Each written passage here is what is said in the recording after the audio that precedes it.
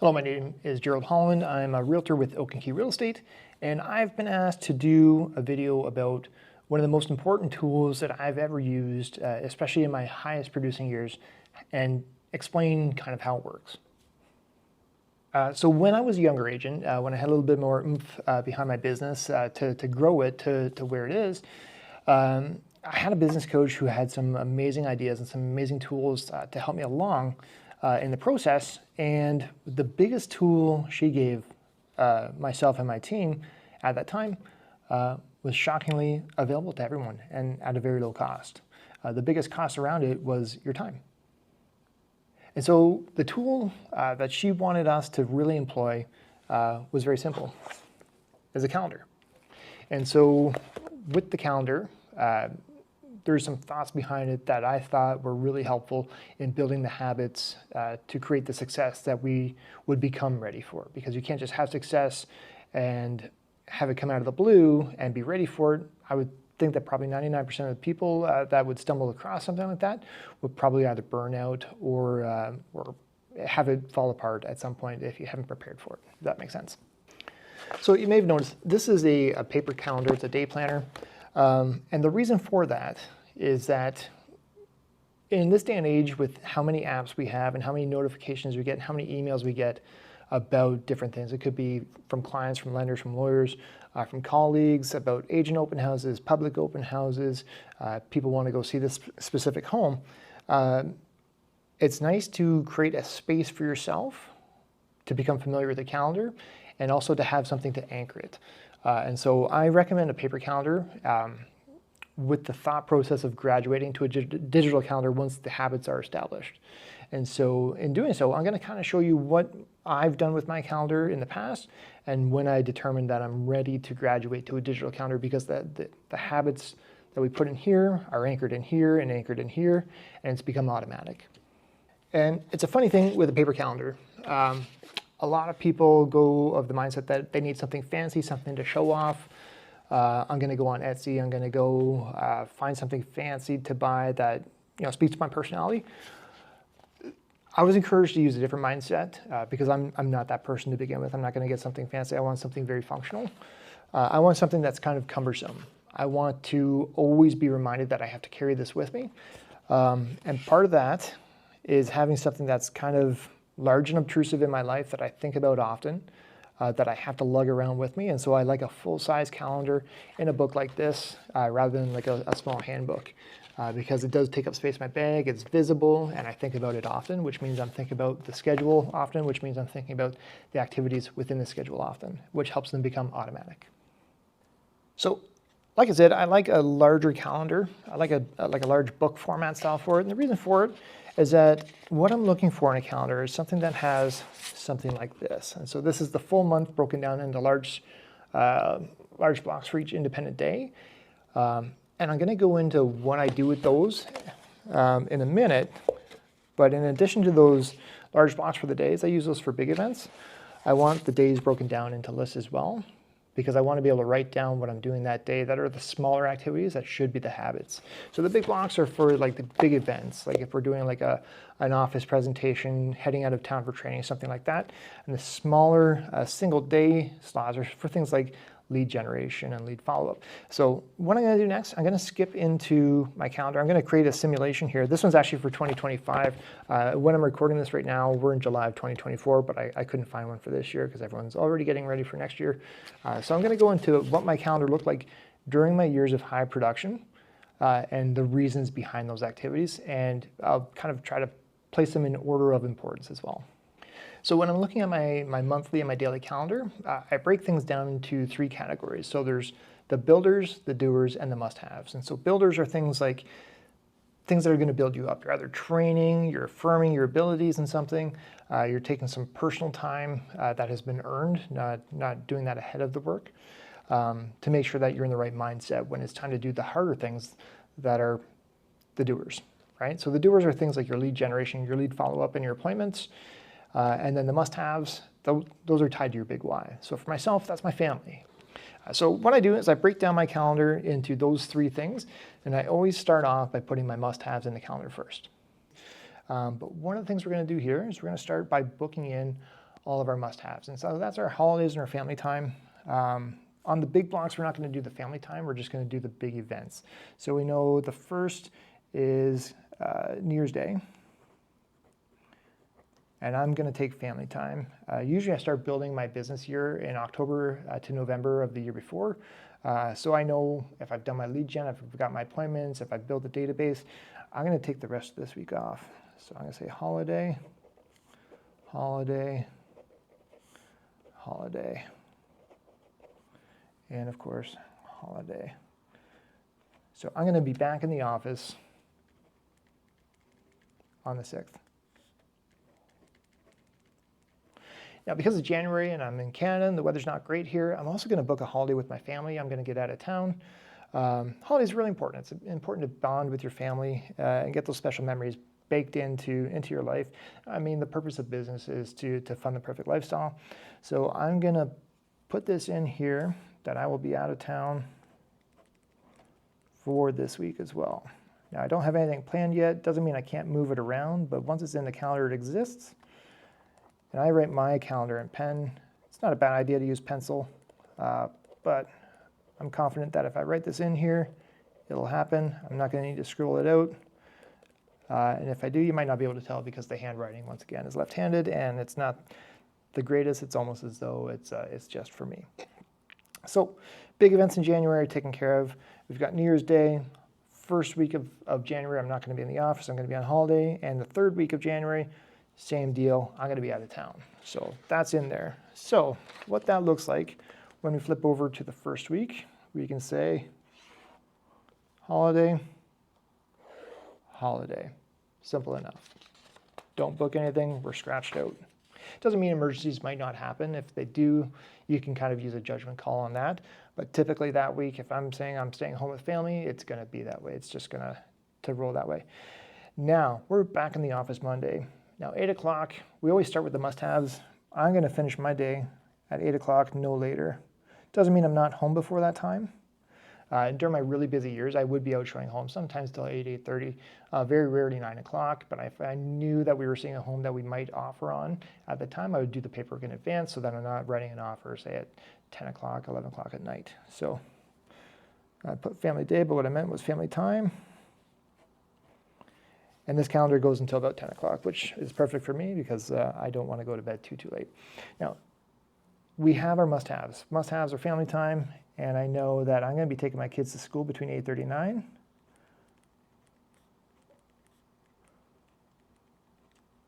And I know I'm going to pick them up at 3 o'clock. And it's probably going to take an hour to either get them to the office or to my house. So now I have my must-haves in here. So once we have our must-haves in the calendar, we booked our vacation time, our family time. If taking kids to and from school is important to you, make sure that's in there as well.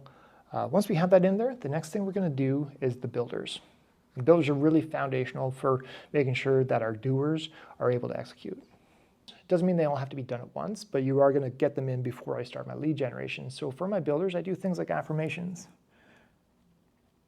And it sounds silly, it feels silly. To be honest, it is a little bit silly, but you will feel better once you've done them. And so affirmations are something like you'll look at yourself in the mirror and you'll say, I am a great real estate agent. I am going to book that appointment. You might have seen something like this if you've ever seen the movie American Beauty. The wife in that, Annette Bening, is a realtor, and she follows that process as well. You can see that in that movie. Of course, she's stressed given the situation, but those daily affirmations are really important, and these things go across the whole schedule. So we'll do our affirmations. 8 a.m. doesn't mean you can't do them earlier. And it will feel silly, and it will be silly, and it will also be effective.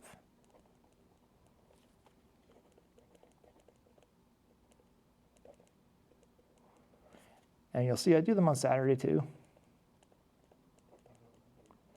And the purpose of that, it just kind of gives you some good energy, gives you some self-belief, and your brain listens in on your thoughts. And if you're saying it out loud, your brain listens in on what you say, actually. If you're saying it out loud, your brain's going to hear it, it's going to believe it, right? So Monday through Friday, we're doing the kids to school. Just another tip you might pick up if you're left-handed is I do my calendar backwards a lot of the time.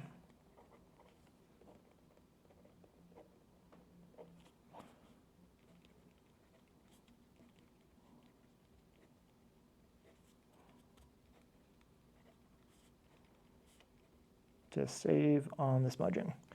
All right, so we will do family time.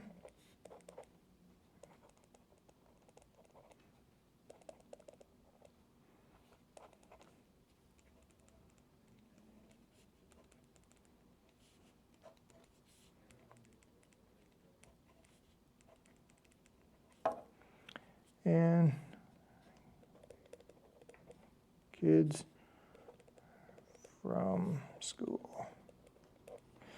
Now, it is always easier if you're using something like Google Calendars. You can put something in there and copy it for the day and repeat it every weekday, or every day for the year, or every Monday, or however you want to do it. The reason we write this down is so that it anchors. It's something that we've physically done. It's taken some time. So time being our most valuable asset, we've committed some value to it. So it sounds funny, and it works. So 5 days a week, the kids are to and from school. 5 days a week, we've got family time. 7 days a week, we've got affirmations. I know a lot of very high producing agents that actually take Sunday completely off. If that's your thing, if you're religious or you just want that day off to recharge your batteries, that's okay. You set your goals, you follow your goals, and you measure the results. And based on those results, you can train on skill set. So depending on your goals, you may be able to take a day off and just not worry about anything at all. So far we have our must-haves. We have one builder. Another builder I found that was really effective was scripting and role play. And so in my most productive years, I would script and role play first thing in the morning after my affirmations. And what that looks like is not a big group event. It's not a big to-do. I had 5 different scripting partners. And on the times that I didn't have them, I would just script with myself. And when you script with yourself, it's important that you record it. Do it in front of a mirror so you can hear yourself, you can see yourself, and you can adjust yourself accordingly, because it's how people are perceiving you. But when I'm scripting with someone else, it's literally I pick up the phone, I call them, and it's right in the script. It's not, hey Joe, how are you? It's not, oh man, you'll never believe what happened at my appointment yesterday. It's never something like that. It's literally a business call. And so what we're doing is we're calling and we're saying, ring, ring, hello, is this the homeowner? And then we jump into our script. And the general rule of thumb is that I'm going to give someone 3 objections before they get the win, and then we're going to hang up, right? If I'm calling them, they're going to give me 3 objections, then give me the win. And the idea is that scripting is great. Objection handling is where you're going to earn your money. So even though we call it script and role play, it's more on the role play and the objection handling, because that's where we're going to learn the skill set, and we're going to hear different things that are going to help us win the appointment or win the business. And the reason I use 5 different people at this time is that different people are going to come across different scenarios, and I'm going to get more exposure to different scenarios that we can tackle together, right? So those calls are literally pick up the phone, hang up the phone. It's not social time. All right, and so now that our builders are in the calendar and our must-haves are in the calendar, we're going to get down to business, and we're going to be doing the doers next. And so that's our lead generation, our lead follow-up, and our appointments. And so we're going to schedule that in. And the reason we do this last is that we do need to have the builders in there to kind of pump us up and get us into the mindset that we need to be in to execute the schedule, because it is challenging on a day-to-day until you build that habit. And it seems a little bit silly when you start, but trust me, it's a very valuable tool to make sure that you can get into that routine and you're feeling good while you're doing it. Because if you remember, if you feel good while you're doing it, you're going to want to do it more. So really, really important. It sounds silly, but please just trust me, it's going to work out. And then we also have the must-haves in there, and we put those in very first because we know that all work on our schedule is going to expand to the time allowed. If we know we have 4 hours to do lead gen because we don't have any appointments, the level of lead generation that we're going to do is probably not going to be like as tight of a schedule or as many contacts as we would if we know we have to contact, say, 25 people in an hour. So I hope that kind of makes sense. But let me know if it doesn't in the comments below. And I'm going to show you what comes next with our doers.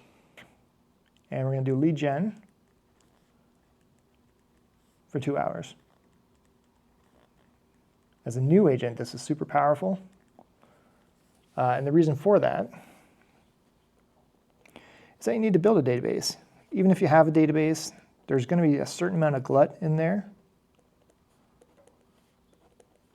that is maybe not going to turn into business anytime soon, and it might be more revenue driven to refresh it, right? There's nothing wrong with dripping on old leads, but ideally, you want to have some new business coming in all the time. And this pen's going to die, so I'm going to go get a new one. One sec. All right, we're back. So lead gen.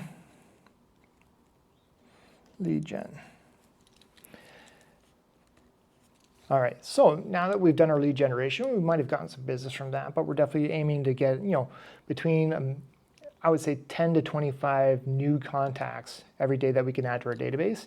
If you're doing 10 to 25 every day, you're easily going to do about 25 deals a year as a solo agent. And so however you choose to do that, at this time I was cold calling. If I was having a day where I just needed a break, I would go and door knock and get some fresh air. The face-to-face connections are always, in my opinion, much better. But the cold calling is literally a numbers game that's more measurable and a bigger data set. So you're more easily able to train on that and talk to more people. Because what happens next is we're going to be doing our lead follow-up.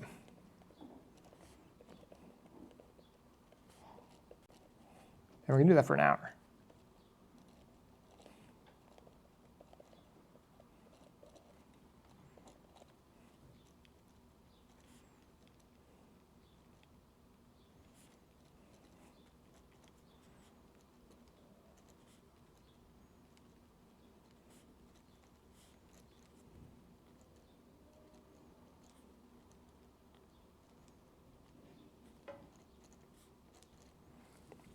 All right, so those are our builders, right? So lead generation, we're replenishing the database. Lead follow-up, we're searching for business with existing relationships, right? So these might be people that graduated from our lead generation, are in our database, and we have a great conversation going with them. It could be friends, family members, colleagues, someone from your church, someone from your past employment. But we're following up on leads, and those are people, typically I would explain a lead as someone who's expressed interest in buying, selling, or investing in real estate within the next 12 months. Or someone who has referred you business within the last 6. And so those are the important people that we are going to schedule in our own calendar to follow up with them. So I hope that makes sense. So next what happens is we're going to take a break. And I find a lot of people don't put enough value on taking a break during the day to charge your batteries. I'm going to take an hour. It doesn't mean I might not putt around on other things, do a little bit of paperwork if I'm pressed for time for an appointment, but I'm just going to focus on a little bit of me time. I'm going to, get some calories into myself. I might go for a walk if I don't have any urgent paperwork to do. But I'm going to take that time to get my mindset right, because what comes next is appointments. So I always try to schedule my appointments for afternoons and evenings, whether it's a home showing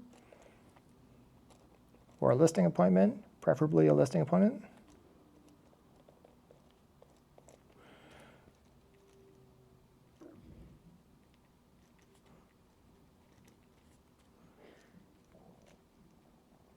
It's a little bit tricky because, a lot of times we're working with other people's schedules. But if you anchor your lead gen and your lead follow-up in the morning, and it's usually most people's hardest part of their day, that's out of the way. And if we don't have appointments at that time, we can go back to lead gen. So I put lead gen in parentheses over here in case I don't have an appointment.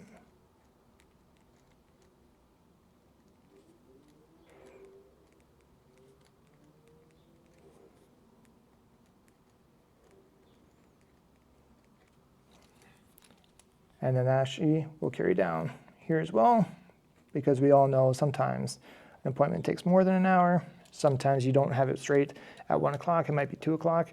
But either way, I've got to make sure for my schedule, because of my commitment to my family, which is my big why, I'm going to be out of that appointment by 3 o'clock, and I'm going to be picking the kids up from school. Now that being said, if I know I've got my appointment, say in the evening, and let's say I've got an appointment for 5 o'clock.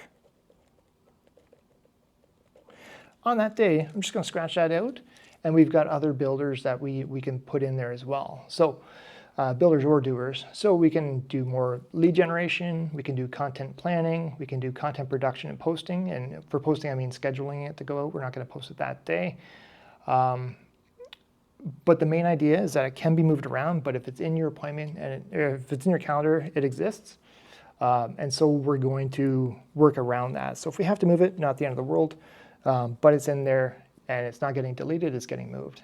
Or it's being adapted to be more lead generation because we don't have appointments, we don't have enough leads, which means we don't have enough business. So we're always going to dial back to the lead generation when we have that spare time. And that could be, I don't have an appointment or my appointment rescheduled or they canceled on me. I'm going to be in that neighborhood. I'm going to put out 100 flyers. I'm going to talk to 25 people at the doorstep because I'm going to be in that neighborhood anyways. So that's essentially it. If I don't have appointments, I'm doing lead gen. Or content planning, or something to grow the business. And you can see it's really cumbersome to write this in. And we're not going to do a bunch of weeks at a time because what really is important with this as well is family buy-in.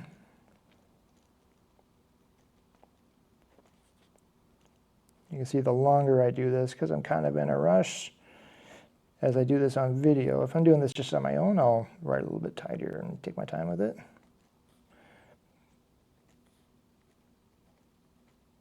But the big thing, if you want to be able to do a schedule like this every day and you're really committed to it, it means you're not showing up for lead generation at 9:15, you're showing up at 8:55, right? 5 minutes early is on time, and on time you're already too late. You want to be on the phone or knocking on a door right at 9 o'clock.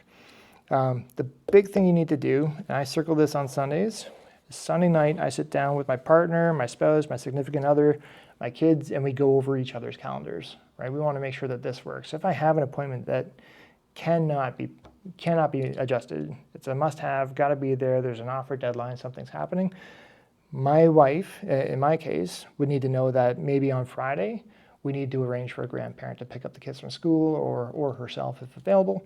But we're going to do our scheduling planning together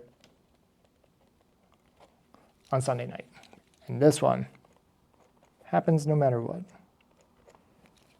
So Sunday night we go over our calendars, we fill in the week, we make sure that all the kids' events are getting to, that we're getting to them.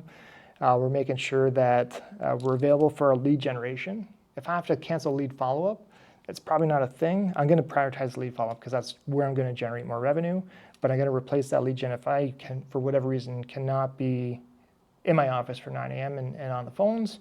Let's say there's an event at the kids' school that I'm committed to. I'm going to put that in the evening. So there's a little bit of a gap here. Of course, we're going to have a supper time, social time with the family as well. If we can extend the family time because we've hit our goals that day, then of course we can take that time down. But important to add to all this is that with our lead generation or lead follow-up is we're setting goals for those activities every day. And so there would be days where we might say, okay, today I'm gonna make 100 dials, and I know the pickup rate is going to be about 20%, so I'm going to talk to 20 people. The goal might be I'm going to talk to 25 people about real estate before I consider myself done for lead generation, right? And that might mean I have to hustle a little bit on my lead follow-up, and maybe we don't get in touch with everybody. We've reached out, but they haven't responded yet. They may respond in this time here. So, if they're in an office job from 9 to 5, they may respond after work when it's more convenient for them. So there's a little bit of flexibility in here, but the most important part is tying it to a number goal that is not only achievable and reachable, but realistic. And then once you build that habit with a realistic goal, then it's time to stretch that goal. So in my most productive years, for lead generation, we would talk to 100 people a day on the phone, and that might result in content creation falling to the wayside. That's the fun stuff to do, shooting a video, making some social media posts, farting around on Instagram, TikTok, Facebook, Snapchat, all that stuff. It can be a little bit of a time vacuum, but if we're not hitting our lead generation goals, all that stuff has to fall off the wayside because lead gen leads revenue.